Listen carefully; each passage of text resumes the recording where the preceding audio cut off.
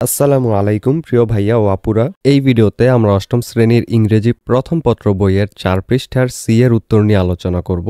আমাদের আগের ভিডিওটিতে ফারিয়া আক্তার লিখেছে, থ্যাঙ্কস স্যার। তোমাকেও থ্যাঙ্কস ফারিয়া। সি এর মধ্যে আমাদেরকে বলছে, discuss in groups and write a paragraph on the following topic. How has Bangladeshi folk music changed over the years and what is its importance in everyday life and culture today. অর্থাৎ এখানে আমাদেরকে বলছে গ্রুপে আলোচনা করো এবং নিম্নলিখিত বিষয়ে একটি অনুচ্ছেদ লিখো। যে বিষয়টা দিচ্ছে সেটা হলো বাংলাদেশি লোকসঙ্গীত কিভাবে বছরের পর বছর পরিবর্তিত হয়েছে এবং আজকের দৈনন্দিন জীবন এবং সংস্কৃতিতে এর গুরুত্ব কী।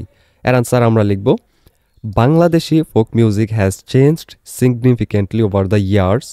অর্থাৎ বাংলাদেশি লোকসঙ্গীত বছরের পর বছর ধরে উল্লেখযোগ্যভাবে পরিবর্তিত হয়েছে। In the past, it was primarily passed down orally from generation to generation, preserving the culture and traditions of rural communities.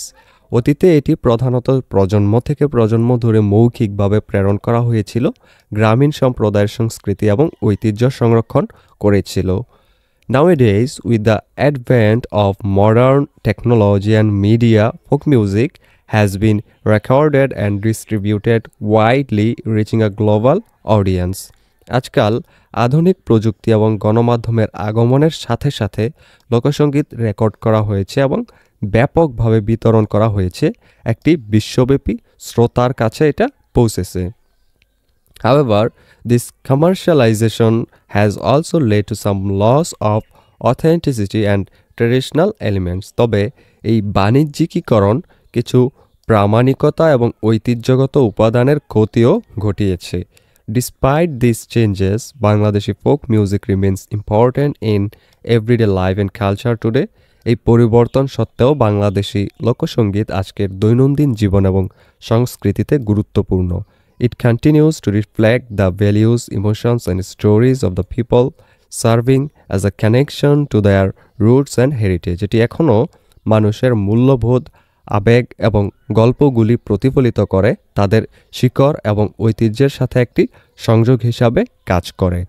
Folk music is often performed at cultural festivals, social gatherings and national events, highlighting its enduring relevance and significance. লোকসঙ্গীত প্রায়ই সাংস্কৃতিক উৎসব, সামাজিক সমাবেশ এবং জাতীয় অনুষ্ঠানে পরিবেশিত হয়, এর স্থায়ী প্রাসঙ্গিকতা এবং গুরুত্বকে তুলে ধরে।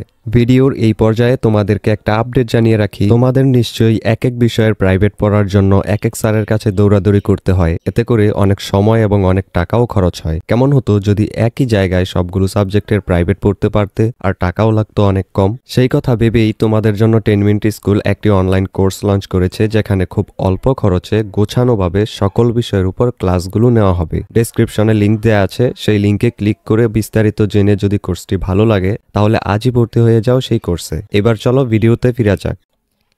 In summary, while Bangladeshi folk music has evolved over the years, it continues to play a vital role in preserving and celebrating the country's cultural identity.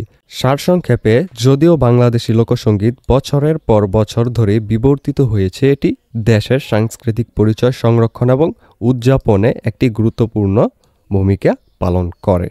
এই ভিডিওটি এই পর্যন্তই। পরবর্তী ভিডিওতে আমরা এর পরবর্তী লেসন 2 নকশি কাঁথা নিয়ে আলোচনা করব। এখানে দেখো এ এবং বি এর মধ্যে কিছু প্রশ্ন আছে, সেগুলোর উত্তর নিয়ে আলোচনা করব। সেই ভিডিওটির নোটিফিকেশন পেতে হলে চ্যানেলটিকে সাবস্ক্রাইব করে রেখো এবং তোমাদের এই বইয়ের পেজ বাই পেজ সবগুলো প্রশ্নের উত্তর আমরা এই চ্যানেলের মধ্যে প্লেলিস্টে দিয়ে দিচ্ছি, সেটা লিঙ্ক ডেসক্রিপশনে আছে, সেখানে ক্লিক করে সবগুলো ভিডিও একই সাথে পেয়ে যেতে পারো।